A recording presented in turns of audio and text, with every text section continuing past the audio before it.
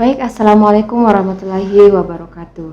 Selamat Selamat pagi, salam sejahtera untuk para sahabat podcast ITKAS Muhammadiyah Sidrap yang ada di Sabang sampai Merauke. Semoga sehat selalu, dilancarkan rezekinya, lancar juga puasanya. Baik, ketemu lagi di sini di Intai, Bincang Santai di podcast ITKAS Muhammadiyah Sidrap. Baik, untuk mempersingkat waktu, karena di depan saya sudah ada narasumber kita terkait tema hari ini, yaitu pentingnya zakat fitrah. Ya, baik. Sebelumnya itu saya perkenalkan diri saya dulu sebagai host di sesi kali ini. Nama saya Nars Jumiarsi Purnama, Eskep Mkep. Ya. Baik. Jadi sebelum saya perkenalkan narasumber kita hari ini, saya ada pantun dulu, Pak Ustadz. Mohon izin. Silakan. Makan buah pepaya dan buah kelapa. Saat buka puasa, jangan terlalu kenyang. Seperti kata pepatah, tak kenal maka tak sayang. Jika pantun saya tidak nyambung, mohon maaf, silahkan disambung, agar tidak ada hati yang tersinggung. Ya, baik, kami persilakan kepada narasumber kita untuk memperkenalkan diri. Baik, saya sapa dulu. Assalamualaikum, Bapak. Waalaikumsalam warahmatullahi wabarakatuh. Ya, bagaimana kabar hari ini, Bapak Ustadz? Alhamdulillah baik-baik. Hari ini kami sehat dan walafiat. Alhamdulillah. Semoga keluarga dan ibu di rumah sehat walafiat juga ya Bapak. Amin. Lancar puasanya Pak Ustadz? Alhamdulillah. Masya Allah. Semoga kita selalu berada dalam lindungan Allah Subhanahu Wa Taala. Baik, silakan Bapak untuk memperkenalkan dirinya. Baik. Assalamualaikum warahmatullahi wabarakatuh. Waalaikumsalam warahmatullahi wabarakatuh. Nama saya Kalam Fata. Biasa orang memberi nama lengkap Dr. Andes H.A. Kalam Fata Inkes.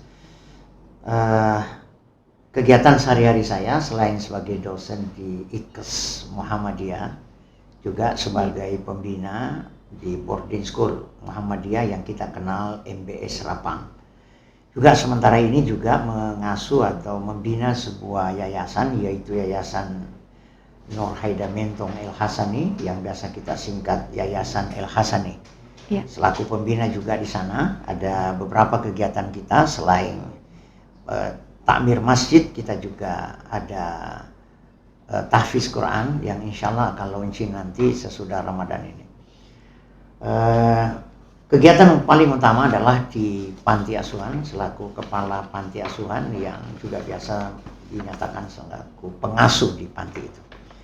Ya. Saya kira itu barangkali yang agak penting atau mungkin penting saya sampaikan tentang perkenalan singkat ini. Makasih. Ya, terima kasih Bapak Ustadz untuk perkenalan kali ini. Jadi kita lanjut ke tema kita pada hari ini ya Pak Ustadz, yaitu pentingnya zakat fitrah. Ya, ngomong-ngomong di era zaman sekarang, ya mungkin masih ada audiens atau masih ada teman-teman kita, terutama sahabat podcast yang mungkin perlu memahami, perlu mengetahui bagaimana zakat fitrah itu yang seharusnya yang kita jalankan sebagai umat muslim. Ya, mungkin bisa dijelaskan Pak Ustadz, zakat fitrah itu sebenarnya seperti apa Pak Ustadz? Iya, makasih banyak. Jadi zakat fitrah, saya mulai dulu dengan pengertian zakat. Ya, silakan Pak Ustadz. Zakat itu artinya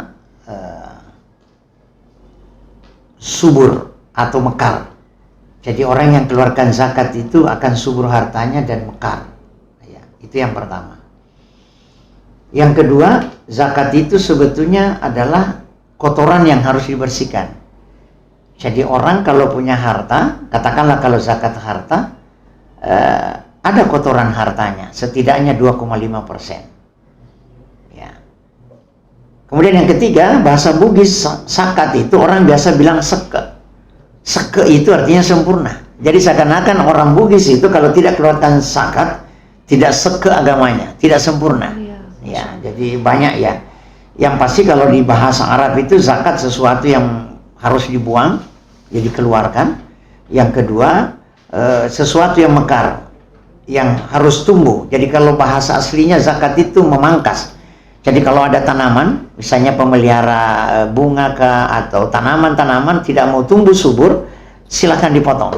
Harus kita korban memotong sebagian, tapi nanti memberi hasil yang lebih banyak. Terutama misalnya kalau ubi kayu itu kita potong, kalau tidak tumbuh dia akan mekar, tumbuh banyak. Nah, harta kita juga seperti itu. Kemudian selanjutnya fitri. Orang biasa mengatakan fitrah. Sebetulnya ulama kita lebih banyak cenderung mengatakan sebetulnya fitri. Fitri itu artinya makan. Ya, jadi Idul Fitri sebetulnya kembali makan. Jadi zakat fitri itu artinya zakat untuk memberi makan saudara kita yang tidak mampu. Jadi semua orang kena zakat fitrah atau zakat fitri. Orang miskin sekalipun. Nah, itulah sebabnya perlu kita mengeluarkan zakat fitrah atau zakat fitri sebelum hari hanya, agar orang yang miskin tadi kalau sudah 2-3 orang memberi, maka setelah berterkumpul di rumahnya, katakanlah ada yang memberi 4 liter, ada kasih 5 liter, ada yang kasih 8 liter, ada kasih 12 liter, terkumpul ada misalnya 16 liter, ternyata di rumahnya 2 orang, berarti dia harus keluarkan juga 8 liter. Nah, dia jadi orang miskin. Nah, ini Islam luar biasa. Kalau yang orang pertama, si miskin pertama, dia kasih ke saudaranya yang miskin kedua kasih yang ketiga, miskin ketiga kasih keempat, itu muter nanti sampai di miskin ke-9 misalnya, tidak ada lagi orang miskin, dia akan kasih ke miskin yang pertama. Jadi sebetulnya rezeki itu akan kembali ke dia. Akan kembali ke dia. Dan tidak ada orang boleh mengatakan saya tidak keluarkan zakat fitri atau zakat fitrah. Kenapa? Saya kan miskin. Iya. Makanya kamu diberi dulu ini, nanti hasil itu kamu juga memberi. Baru memberi juga. Karena ukurannya itu ada dimakan besoknya. Jadi selama ada bisa dimakan besoknya, maka kita kena kewajiban. Jadi kalau kita sendiri di rumah kita, terus kita punya beras cuma 5 liter, ya keluarkan 4. Kan masih ada dimakan besoknya 1 liternya.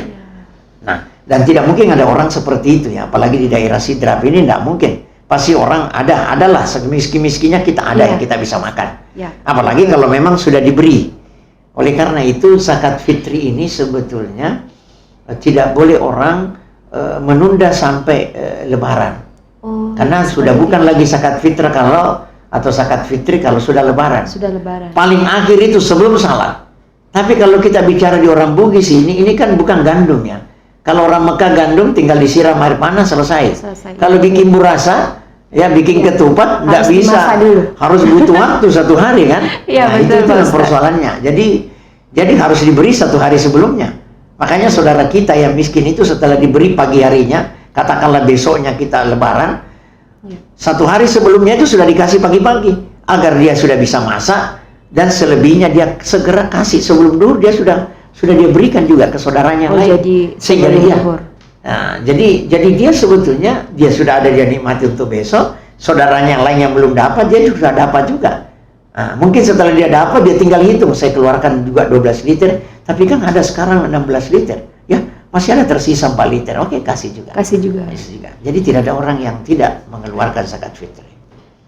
Ya, jadi terkait tadi hal zakat fitrah ini Pak Ustadz, nah manfaat dan keutamaannya itu bagi kita selaku umat muslim itu apa Pak Ustadz? Manfaat utamanya pertama, kita menjalankan syariat agama. Karena itu perintah, ya, tidak bisa tidak lakukan. Semiskin-miskinnya kita harus bisa mengeluarkan zakat fitrah.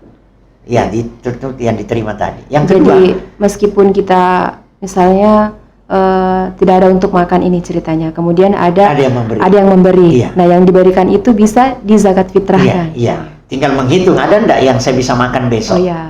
Karena kata Rasulullah tidak boleh ada orang menangis, menetes air matanya di pagi hari ketika Lebaran berjalan. Tak boleh. Masya Allah. Sampai Rasulullah pernah suatu waktu pergi ke lapangan untuk Lebaran, dia melihat ada anak yang sedang nangis, anak yatim, miskin. Nabi pulang dulu, dia mandikan, dia ganti pakaiannya, diberi makan, baru Rasulullah melanjutkan perjalanannya ke tempat salat. Ya. Itu manfaat pertama tadi. Tidak ada orang tidak makan hari itu. Yang kedua, puasa kita. Puasa kita diterima oleh Allah sampai ke sana. Jadi semacam ini dia punya kuncinya. Jadi ini harus kita lakukan. Kunci puasa ya Pak Ustadz. Artinya kalau sudah dengan mengeluarkan ini berarti puasa kita insya Allah akan sampai kepada Allah. Masya Allah. Ya. Kemudian manfaat lainnya juga ya dari sisi sosial ekonomi kan kita menjalin silaturahim. Makanya sebetulnya zakat fitri atau zakat fitrah, kalau saya pribadi, jangan diserahkan ke masjid. Oh. Kalau bisa. Kenapa bisa seperti itu Pak Ustadz? Langsung ke tetangga yang miskin. Oh, langsung. Langsung ke tetangga. Tapi banyak juga yang Harus kumpul di masjid. Ya, di masyarakat, di kalangan masyarakat, bahkan mungkin tetangga-tetangga saya ini Pak Ustadz. Iya, kumpul dulu di masjid. Kumpul dulu di masjid, baru kemudian mungkin pihak masjid atau panitia terkhusus dengan zakat fitrah itu yang membagikan ke mungkin pihak-pihak yang berhak untuk menerima itu Pak Ustadz. Sebetulnya tidak masalah. Yang penting dia sudah bisa mengcover semua siapa orang-orang yang berhak menerima. Oh, iya. Karena sebetulnya zakat fitrah ini cuma dua yang terima, fakir dan miskin. Bedanya fakir dengan miskin, kalau miskin itu ada kerjanya, tapi pendapatannya tidak cukup dimakan sampai dapat pendapatan baru lagi. Jadi kalau hitungannya bulanan, baru 15 hari sudah habis. Ini orang miskin. Jadi di antara pegawai juga banyak yang miskin, termasuk maaf ini Pak ASN ada yang kasihan, yang mungkin bujang sekolah, tapi anaknya 7, istrinya 1, ada mertua bersama, gajinya cuma berapa juta, itu miskin itu. Ya, ada nenek dari cucunya. Ada nenek cucunya tinggal bersama, itu miskin. Tapi yang fakir itu yang lebih parah. Kenapa? Jangankan pendapatan ada, pekerjaan saja tidak ada. Tidak ada. Ya. Nah ini saja yang berhak. Jadi amil, jadi betul-betul kalau dikumpul di masjid, betul-betul menolong itu amil. Karena amil tidak berhak. Amil hanya boleh terima bagian dari zakat harta. Zakat harta. Kalau zakat fitrah tidak ada bagiannya dia, kecuali kalau memang dia miskin. Ya. Tetapi kalau zakat harta, biar dia kaya, biar ada uangnya, hartanya, kalau dia petugas membagi zakat harta, dia dapat, dia punya hak. Tapi terserah nanti kalau dikasih dia mau kembalikan, ya. Tetapi dia punya hak. Tapi zakat fitrah tidak ada, cuma dua, fakir miskin, amil tidak dapat. Apa manfaatnya? Saya kemukakan tadi bahwa zakat fitrah itu sebaiknya langsung itu menjalin hubungan komunikasi dengan tetangga. Coba bisa dibayangkan ya. Kalau saya misalnya orang miskin, boleh saya menuduh tetangga saya yang kaya, itu kok kaya tidak pernah kasih saya apa-apa. Padahal barangkali beras juga yang dikasih dari masjid beras tetangganya. Ya. Tapi dia tidak merasa bahwa dikasih oleh tetangganya. Nah, tapi kalau tetangga yang mengangkat langsung, apalagi kalau bapak di rumah tetangga yang kaya itu memikul sendiri 20 liter karena dia berada 5 orang di rumahnya, dia pikul itu 20 liter beras ke tetangganya, mau diserahkan kepada tetangganya miskin, dia pasti bilang, wih ternyata bapak di sebelah tetanggaku baik sekali. Coba dia sendiri yang angkat, dia perhatikan saya.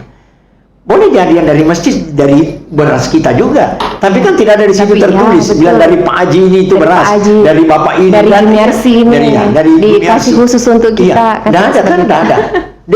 Bahkan ada yang pernah lucu ngomong, saya tidak dikasih apa-apa dari tetanggaku, untungnya mesti kasih saya. Coba, padahal di masjid itu ada juga boleh jadi dari tetangganya. Ini perlu kita pahami. Jadi sebetulnya kalau saya zakat fitrah itu harus kita langsung face to face dengan yang kita beri. Tapi kalau zakat harta tidak, harus dibawa ke lembaga yang resmi. Nah ini juga keliru kita yang sering bagi-bagi. Nah, ini yang terjadi kebalikan. Justru kalau zakat hartanya dibagi di lapangan, tidak boleh begitu. Membagi-bagi itu mungkin 25.000, 100.000. Kalau 25 berapa sih? Coba, apa resikonya kalau terinjak dan patah? Bisakah orang berobat dengan 25.000 dengan patah kaki? Kan tidak mungkin. Kalau kesedo barangkali, tapi kesedo juga tukang urut tidak mau kalau cuma 25.000. Betul. Nah, jadi artinya apa? Kita ini yang merasa berkewajiban mengeluarkan zakat, Khudz min amwalihim sadaqah tutahhiruhum wa tuzakkihim biha. Itu ayat surah At-Taubah ayat 60 itu kita disuruh ambil. Jadi istilah ambil itu petugas yang ambil. Allah kan mengatakan khudz, ambillah dari sebagian harta. Jadi sebetulnya amil zakat itu harus proaktif, datangi rumahnya orang dan harus ada akuntin. Kenapa harus ada akuntin? Karena harus dia ngerti menghitung. Hitung bapak hartanya berapa ini dalam 1 tahun, dihitungkan berapa barang, berapa nilai uang, berapa piutang, berapa pinjaman, berapa gaji karyawan, bersihkan semua, baru dilihat. Nah, ternyata bapak setelah terakhir bapak punya uang keuntungan 2 miliar, maka bapak harus menyerahkan ke kami 50 juta. 50 juta. Hartanya. Kalau bapak tidak tahu itu saya hitungkan, karena saya kuntin misalnya. Jadi bukan itu ambil zakat nunggu saja nah sekarang juga pemerintah sudah ada aturannya itu. Tidak boleh masjid itu memungut zakat harta kalau tidak ada izin dari basda, badan amil zakat, atau lazismu. Ya. Jadi ada beberapa dompet duafa, ada beberapa ya, ada kalau tidak salah 7. Ada 7 lembaga zakat itu yang resmi oleh pemerintah. Lazismu dari Muhammadiyah, lembaga amil zakat, infak dan sedekah. Kemudian basda, badan amil zakat daerah. Ada dompet duafa, ada beberapa lainnya. Jadi masjid sekarang ini tidak boleh terima begitu saja, kecuali ada SK dari basda atau dari lazismu memberikan izin sebagai KLL, kantor layanan lazismu. Tidak boleh, bisa ditegur itu, ada undang-undangnya.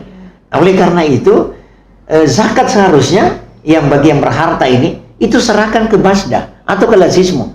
Kita di pihak Muhammadiyah sebaiknya ke lazismu. Karena kemana? Lazismu juga nanti melihat. Karena sebetulnya zakat harta ini, maaf kita melenceng sedikit zakat fitrah supaya kita paham. Zakat harta itu sebetulnya lebih tepatnya sifatnya produktif, memodali orang. Kalau zakat fitri memang untuk makan, atau zakat fitrah untuk makan, dikonsumsi untuk hari lebaran. Tapi zakat harta itu bukan untuk dikonsumsi lebaran, itu untuk kehidupan kelanjutan hidup kita. Jadi membagi 2.000 orang dengan zakat harta tidak berarti apa-apa kalau cuma dapat 50.000. Barangkali ada orang terima 50.000 belum lihat rumahnya belum lihat tangga rumahnya sudah habis, sehingga beli sapu, beli ember habis. Apa kesannya? Tapi coba kalau cuma 5 orang dia modali, 1 orang diberikan, dia belikan ya, dia modali 40 juta saja. Ibu ada pekerjaan? Tidak ada nak, saya setiap tahun menengadah minta zakat. Sekarang Bu, kalau ibu pintar menjahit, ya saya belikan mesin jahit, saya belikan kain, saya modali ibu. Tidak usah kembalikan, ibu pakai. Mudah-mudahan tahun depan ibu tidak meminta lagi, karena sudah ada penghasilannya. Ada bapak-bapak masih segar tubuhnya, bapak bisa tambal ban, bisa press ban. Oke, saya berikan kompresor, saya bikinkan tempat, saya berikan ban, saya berikan lem. Ini modalnya 20 juta. Ada ibu janda tua tidak bisa kerja apa-apa, dibikinkan kios-kios di bawah rumahnya. Ya, dia bikin apa, kejual-jualan kecil-kecilan. Itu semestinya. Jadi bukan dibagi-bagi. Karena kalau dibagi juga baru disorting, dipamerkan, bahwa Pak Haji ini dia mengeluarkan zakat hartanya 2 miliar. Setiap orang dapat 50.000. Apa kesannya 50.000? Tidak dipandang ente 50.000 berapa senilainya. Betul. Tapi coba kalau 5 orang saja diselesaikan, dituntaskan kemiskinannya, apalagi kalau bisa 10, apalagi kalau 20 dituntaskan kemiskinannya, maka kita ini semuanya sebagai umat berpahala banyak dan menuntaskan masalahnya anak kita. Saudara-saudara kita. Saudara kita. Ya. Di lazismu itu ada aturannya. 40, 60. 60 itu dia berbentuk paket dari zakat harta itu. Tetapi 40 itu bersifat modal usaha. Ya, itu untuk zakat harta. Ya, zakat harta itu. Jadi ke modal usaha. Begitu yang seharusnya dilakukan. Itu sebuah kekeliruan memamerkan pakai zakat harta ke orang, padahal di orang banyak yang mungkin ada kecelakaan, bisa patah, bisa meninggal, bisa batal puasanya, ya gara-gara menunggu seharian, ya. Tapi coba kalau diantarkan ke rumahnya, menghargai sekali, mampu di tabe saya antarkan ki ini, bisa ki apa? Nah, jangan dikasih bentuk uang, tentunya dibelikan mesin apa yang supaya dia bisa berusaha untuk masa depannya. Betul. Jadi dia bisa aja, terutama ibu-ibu janda tua kasihan tidak bisa jual-jual, dibikinkan tempat jual-jualan di depan rumahnya, dibelikan lemari, diisi di situ ada obat nyamuk, ada Indomie, ada kecap, ada apa. Akhirnya untuk kehidupan hari-harinya sudah ada. Ya, sudah terpenuhi ya. Ya, terpenuhi. Saya kira itu. Tadi yang berhak terima zakat fitrah itu cuma dua, hanya fakir dan miskin. Ya. Nah, tadi terkait masalah waktu pemberian zakat, Pak Ustadz, mungkin bisa lebih dikupas tuntas lagi untuk yang waktu terbaik kita membayar zakat, Pak Ustadz. Karena ada juga yang pernah saya dengar bahwa baiknya membayar zakat itu sebelum takbir. Ada juga, maksudnya sebelum takbir berkumandang. Ya, ada juga yang mengatakan bagus pada saat setelah sholat subuh. Ya, jadi di sini saya pribadi agak merasa bingung, Pak Ustadz. Mungkin bisa dikupas tuntas di sini, Pak Ustadz. Ya. Kalau berdasarkan pengalaman dan kondisi kita, sebetulnya sehari sebelumnya. Kenapa yang saya maksud kondisi kan kita ini kalau ada beras kan cenderung kita bikin burasa, bikin ya, ketupat. Ketupat ya. Nah kalau pagi lebarannya baru dikasih, dia kerja nggak pergi misalnya, ya kan? Masak tentu tidak mungkin tinggalkan rumahnya nanti kebakaran. Iya betul ya. Ustaz. Itu tadi saya bilang boleh jadi ada dipedomani hadis atau apa bahwa sebaiknya sebelum lebaran, sebelum takbir, tapi kan kondisinya kita dengan orang Arab beda, makanan kita kan beda. Kita ini kan perlu dikerja dulu, dikemas lebih awal. Nah kalau dia diberikan pada hari sebelum takbir, sebetulnya itu afdal, tetapi afdal yang paling terakhir. Kalau saya yang lebih afdal itu justru sehari sebelum lebaran. Sehari sebelum Nah, lebaran. kenapa juga sehari sebelum lebaran? Karena anak yang lahir di akhir Ramadan, itu juga dikeluarkan zakatnya, zakat fitrahnya. Jadi misalnya ada wanita hamil di bulan Ramadan, terus dia melahirkan di akhir Ramadan, sebelum maghrib di tanggal terakhir Ramadan itu, terhitung dia harus keluarkan zakatnya. Jangan dia bilang kan dia belum makan, dia kan baru lahir, iya, tapi dia hadir di Ramadan, harusnya bersyukur, ya. Dan itu hitungannya kan sudah ada 2,5 kilogram atau diliterkan 4 liter, tergantung harga beras. Kalau harga beras biasa 6.000, ya 24.000 paling tidak satu orang hitungannya. Tapi kalau orang kaya makanan berasnya mahal, ya tentu juga hitungannya mahal. Ya kalau makanannya misalnya berasnya 1 liternya 10.000 misalnya, kalau ada 10.000 ya 40.000 dong. Kalau 9.000 ya 36.000 ya. Kalau misalnya berasnya 7.500 berarti 30, tergantung ya. Atau dia mau pakai kilo, terserah mau pakai 2,5 kilo atau 4 liter. Sebetulnya 4 liter itu sudah lebih, dan itu tidak apa-apa kalau lebih daripada kurang. Nah, jadi sebetulnya di hari pertama Ramadan boleh orang keluarkan zakat fitrah. Oh, bisa hari pertama Ramadan. Bisa di hari pertama. Cuma kan manfaatnya sebetulnya terlalu ini ya. Karena kan zakat fitrah kan sebetulnya dikeluarkan di Ramadan. Iya. Ya, tapi kalau yang mau afdal ya tentu terakhir di akhir Ramadan. Di akhir Ramadan. Tapi boleh ya Ustaz? Boleh dia keluarkan di Ramadan. awal-awal. Kalau dia khawatir misalnya siapa tahu saya lupa karena saya orang sibuk misalnya. Saya suka pergi keluar daerah terus saya khawatirnya dia keluarkan awal, dia sudah hitung kan 30 hari ke depan, ya Pak. Dia hitung 4 liter kan sudah gampang hitungnya, Jadi sedikit Ustaz, kalau misalnya zakat, apakah harus dengan berupa beras ataukah bisa dirupiahkan, Ustaz? Karena ada juga yang mengatakan tidak bisa dirupiahkan, harus menggunakan beras. Nah, ini yang sebetulnya yang paling benar menurut Islam itu yang seperti apa, Ustaz? Di zaman Rasulullah memang rata-rata tidak diuangkan, sehingga di antara imam yang 4 itu ada yang setuju atau dia tetap pada prinsip bahwa berikan, kan di situ petunjuknya berikan apa yang kita makan. Oh ya, iya Ustaz. Jadi yang saya makan misalnya beras mandi misalnya atau beras insinyur kah, kalau ada beras profesor misalnya, itu yang diserahkan ke yang kita makan, dia serahkan ke orang yang ini. Tapi kan bisa dikonversi uang, Cuma yang khawatir itu konversi uang, siapa tahu dikonversi jadikan uang, terus itu anaknya diambil pakai beli baju saja, tidak dimakan. Tidak dipakai makan. Tapi kan kalau ada beras yang lain kan tidak masalah. Kan ini intinya zakat fitr, tidak boleh ada orang tidak menikmati bahagia di hari lebaran, di hari raya. Oke, nggak ada anak muda berprinsip ya, biar nih makanku sedikit mak, yang penting pakai baju baru kan bahagia tak juga dengan baju baruku kan? Ya, artinya kita lihat intinya itu apanya, substansinya. Apa sebetulnya intinya? Intinya itu kan tidak boleh ada orang nangis, tidak boleh orang sedih di hari raya itu, sehingga semuanya dia bisa makan atas pemberian saudaranya yang kalau kondisinya dia miskin. Jadi boleh saja diuangkan. Ada ulama kita berpendapat bahkan kita kalau di Muhammadiyah boleh diuangkan. Dengan prinsip tadi bahwa itu kan intinya tidak ada orang lapar. Kan uang juga bisa dibelikan beras juga. Bisa dibelikan barang jadi kan bisa. Bisa buat beli buras ya. Buras juga bisa kita beli, tapi jadi kan intinya bisa dipakai. Bahkan uang bisa berfungsi banyak hal. Ya, tapi kalau mengatakan nanti dibeli pakaian ya enggak apa-apa kalau ada jadi dia makan, Bahkan sempurna barangkali kebagiannya, ada dia makan, ada juga dia pakai. Dia pakai. Iya, karena kita orang Indonesia kelihatannya tidak lengkap itu lebaran kalau tidak pakai baju baru. Iya, betul. Jangan anak, orang tua juga begitu. Orang tua juga, Pak Orang tua Ustadz, juga ya. bilang begitu, tidak sempurna ini lebaran. Kenapa tidak pakai baju baru? Mulai kakinya sampai ujung rambut harus semuanya baru. Nah, itulah wujud kegembiraan. Ya, yang penting jangan berlebih-lebihan. Atau main tanding-tanding. Kok bajumu berapa harganya sih? Ya, Apa murah betul, itu? Saya ini mahal. Tidak boleh juga itu. Itu sudah lain lagi kalau sudah begitu. Lain lagi konsepnya ya, Lain Ustadz. lagi kalau begitu. Ya, tadi terkait yang bayar zakat, Ustadz. Misalnya ini kan kita bayar zakat 2,5 liter ya, Ustadz? Iya. 2,5 liter. Iya, kalau zakat, Dalam zakat bentuk fitrah. Iya. beras ya, Ustadz? Ya, atau apa Ya, yang kita dalam makan. zakat fitrah. Iya. Nah, kalau misalnya seperti ini, Ustadz. Kita kan wajib 2,5. Iya.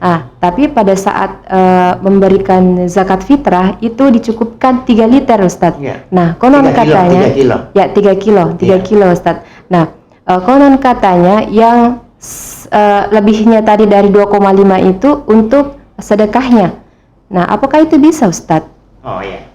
Jadi sebetulnya bisa saja. Karena zakat fitrah itu kan sebetulnya diserahkan ke fakir miskin. Fakir miskin kan berhak menerima sedekah. Oh ya. Menerima. Kalau zakat ada yang tidak boleh kita kasih zakat. Kalau zakat harta itu tidak boleh dikasih orang tua. Orang tua kita Orang sendiri. tua kita sendiri. Oh, begitu ya, Ustaz. Kenapa tidak boleh dikasih orang tua kita? Karena orang tua kalau zakat itu kan menunggu. Kalau zakat harta dikasih orang tua kan kasihan. Menunggu dia.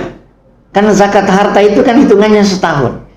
Nah, coba kalau baru 3 bulan berjalan bisnis kita, orang tua minta bilang tabar ki Pak, nunggu ke 9 bulan karena baru 3 bulan ini kan enggak.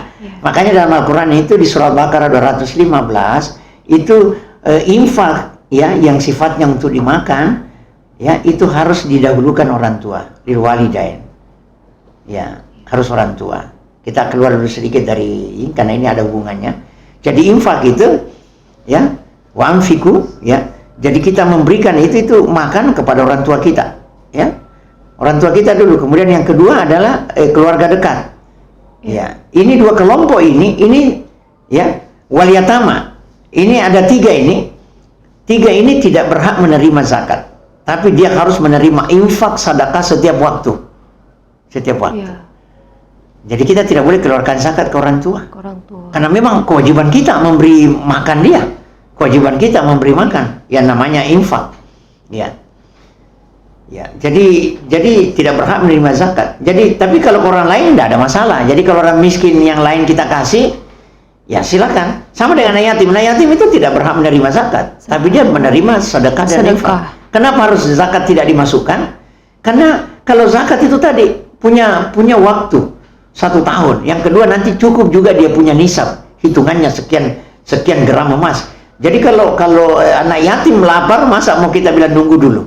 Anak yatim itu orang tua dengan keluarga dekat itu setiap waktu bisa diberi, kapan saja dia mereka butuh.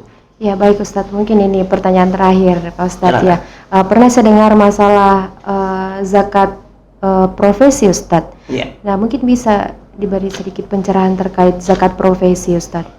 Iya, zakat profesi. Jadi sebetulnya di zaman Rasulullah tidak ada zakat profesi. Yang ada di zakat Rasulullah yaitu pertama zakat emas dan perak. Kemudian zakat perniagaan, ya, berbisnis. Kemudian peternakan, ya. Kemudian apalagi ada namanya rikaz. Rikaz itu barang galian. Kalau kita menggali apa-apa, terus kita temukan emas batangan, itu 20% zakatnya. Ada juga peternakan. Peternakan itu kalau 40 ekor keluarkan 1 misalnya. Kalau padi gabah itu 635 kilo. 635 kilo wajib dikeluarkan 5%. Ya, kalau padi-padian. Tapi kalau dalam bentuk beras misalnya 500 kilo. Nah, kembali ke zakat profesi. Jadi zakat profesi di sini tidak ada. Ulama kita berijtihad. Harus ada namanya zakat profesi. Coba bayangkan, petani yang 3 bulan atau sampai 4 bulan baru dia panen, terus kena kewajiban 5%, bahkan dia 10% kalau tak ada hujan. Ya, kalau daerah Sidam tidak ada lagi tak ada hujan, ya. Saya kira semuanya membiayai itu untuk menghasilkan yang bagus. Nah, itu kena 5% dari 635 kilogram gabah atau dalam bentuk beras 525 kalau tidak salah, 525 kilo beras, maka dia kena kewajiban. Nah sekarang kalau pegawai kan ada orang terima 10 juta kan gajinya. Ya. Coba Per bulan ya Ustaz. per bulan. Coba kalau beras tadi ini yang harganya 1 kilo katakan 8.000. Nah kalau 500 kan 4 juta. Jadi pegawai yang di atas 4 juta gajinya itu wajib kena Ya. kena dia zakat profesi. Ya, jadi kalau 3 juta belum kena. Belum ya, Ustaz? kena karena belum kalau dikonversi belum. Jadi yang kena itu yang 4 juta ke 4 atas. juta ke atas. Apalagi yang 10 juta. Iya. Ya. Apalagi yang 10 juta. Itu gaji tetap ya Ustadz, tidak terhitung misalnya ada insentif mungkin atau seperti apa? Kalau mau bagus digabungkan. Oh, diakumulasikan dalam satu Akumulasi bulan karena itu. kan itu yang ada yang kita terima. Kan terima gaji itu pegawai kan sama sebetulnya petani. Cuma petani panen itu kan 3 bulan. Kita per bulan. Boleh juga kita menghitung tahun, tapi akan kesulitan kita kalau menghitung tahun. Ya. Karena kita kan biasanya kalau menghitung tahun nanti gaji terakhir yang mau dikeluarkan, nah itu kan susah. Kalau misalnya tidak tetap Ustadz, misalnya bulan ini, contoh misalnya saya Ustadz, bulan ini dapatnya 2 juta, berarti di bawah dari 4 juta, Ya, tidak wajib. Tapi dia tetap berkewajiban mengeluarkan infak sedekah. Oh, infak sedekah. Tapi kalau misalnya di bulan berikutnya dapat 7 juta misalnya Ustadz. Iya, sebaiknya keluarkan di situ. Oh, dikeluarkan. Keluarkan di situ. Misalnya karena kita hitung per bulan. Ya, misalnya di bulan Ramadan ini saya mendapatkan gaji, upah, macam-macam, ada THR, ada ya, hadiah-hadiah apa ya. Iya, betul Ustadz. Jadi lebih dari 7 juta misalnya. Iya, ya kita keluarkan lah. Berapa Ustadz yang mesti dikeluarkan Ustadz? Kalau di sejak keputusan Majelis Ulama Indonesia termasuk di Muhammadiyah, dia justru tidak 5%, 2,5. Jadi dia dikonversi tadi nilai uangnya sama dengan petani, pendapatannya gajinya disamakan dengan penghasilan petani, sekian kilo beras atau gabah. Tetapi ketika dia harus mengeluarkan persennya justru kembali ke perniagaan 2,5%, 1/40. Jadi orang yang gajinya sebetulnya 4 juta kan 100.000. Berapa itu 100.000 dari 4 juta? Ya, enggak banyak. Yang 10 juta kan cuma 250.000. Memang sih kalau orang dapat uang 1 miliar, ya 25 juta memang kelihatan besar. Ya. Tapi 25 juta itu kan 1 miliar berangkatnya. Jadi bisa dibayangkan orang yang banyak sekali pendapatannya, apalagi seperti artis, pengacara, konsultan, ya, yang besar sekali pendapatannya. Dalam per bulan. Ya, atau dokter praktek yang ada dia pegawai negeri juga buka praktek kalau sore atau malam, itu kan besar pendapatannya. Ya, betul. Itu 5% harusnya. Karena panennya luar biasa. 5%. Masa petani yang setengah mati, ya coba bayangkan dibanding pegawai negeri ya. Ya. Pegawai negeri duduk di ruangan ber-AC. Ya, kemudian dia cuma pegang-pegang komputer, bukan cangkul. Ini petani pakai cangkul di bawah terik matahari, setengah mati lagi. 5%. Keterlaluan kita kalau 2,5% itu masih tidak bisa. Tidak bisa. Ya, tidak bisa. Saya kira ini perlu menjadi motivasi kita. Alhamdulillah saya mempraktekkan itu 5% saya lakukan. Masa kita kasih 2,5%, nah, terlalu sedikit ya. Kalau memang kita sampai di posisi itu. Jadi saya kira kita perlu memahami ini agar orang dengan zakat profesi ini jangan bilang tidak ada di zaman Nabi. Ini hasil ijtihad. Ijtihad itu lahir karena kondisi memungkinkan. Masa ada petani yang setengah mati, kemudian pegawai yang begitu nikmat kerjanya, kok tidak mengeluarkan apa-apa? Ya, nanti ingat kembali tadi ke zakat. Zakat itu kan kotoran harta. Kalau kita makan, itu jadi api neraka nanti. Ya. Akan menjadi ular. Ya, bahkan besar jadi kotoran di tubuh kita ya. Jadi kotoran di tubuh kita. Doa-doa kita tidak diterima. Ya, betul. Oleh karena itu saudaraku yang ya siapa tahu doa-doa kita selama ini tidak dikabulkan, Allah tertunda karena mungkin ada yang kotor yang kita makan. Mari kita bersihkan di Ramadan ini. Ya, kita keluarkan. Selain keluarkan zakat, tetap kita berkewajiban keluarkan infak dan sedekah. Bukan juga wajib bagaimana, tapi sangat dianjurkan. Memberi itu sangat penting karena nilainya di hadapan Allah sangat tinggi. Masya Allah. Setiap orang yang mau meninggal dunia selalu mengatakan, laula akhartani ila ajalin qarib fa asaddaka wa akum minas sholihin. Andaikan saya bisa dikasih mundur ajalku ya Allah, beri kesempatan saya mau kembali bersedekah. Tidak minta salat, tidak minta mau kembali puasa, tidak minta mau naik haji, cuma bilang kasih kesempatan saja sedikit, saya kepingin untuk bersedekah. Karena pemberian itu sangat besar manfaatnya kepada orang lain. Kebahagiaan saudara kita yang miskin sebetulnya kebahagiaan kita di akhirat nanti. Saya kira itu barangkali. Terima kasih pertemuan kita bincang-bincang pagi ini. Terima kasih. Terima kasih Ustadz, sangat luar biasa penyampaian hari ini terkait pentingnya zakat fitrah. Ya, baik ya para sahabat podcast ITKAS Muhammadiyah Sidrap. Demikian tadi bincang santuy bersama Bapak Ustadz. Semoga apa yang disampaikan beliau dapat bermanfaat untuk kita semua, lebih-lebih kepada diri saya pribadi. Ya, baik teman-teman sekalian sahabat podcast, untuk mengakhiri podcast kita pada hari ini, saya tutup dengan satu buah pantun. Pisang emas di bawah belayar, masak sebiji di atas peti. Zakat fitrah jangan tak bayar, besar pahala di akhir nanti. Amin, insya Allah. Baik teman-teman sekalian, jangan lupa ya, saksikan terus podcast ITKAS Muhammadiyah Sidrap. Jangan lupa like, komen, dan subscribe. Terima kasih. Wassalamualaikum warahmatullahi wabarakatuh.